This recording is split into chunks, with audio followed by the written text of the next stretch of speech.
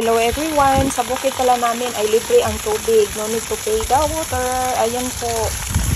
Pero ang kailangan lang namin sa probinsya, kailangan namin maglagay or mag-build ng tangke para doon lahat ng tubig iipunin. At malalaman natin kung puno na yung tangke na yon kasi makikita na itong umaapaw na yung tubig at umaagos na din palabas. Ayan na po.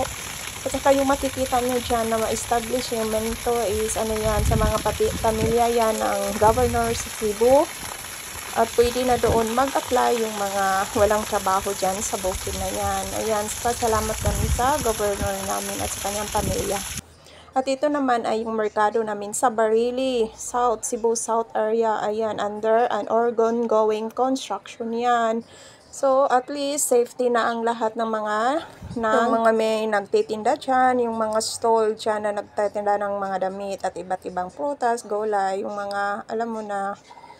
At saka, ongoing pa yon. Sana naman, pag matapos na yon, may mga bakante na pwedeng rintahan at dyan, pwede na tayong magsimula ng sari-sari store. Sana in the future, malalaman natin yan kung magkano naman ang renta buwan-buwan. Sana mura lang at affordable at pwede tayong maggawa or maglagay dyan ng sari-sari store. Sana in the future. Thank you.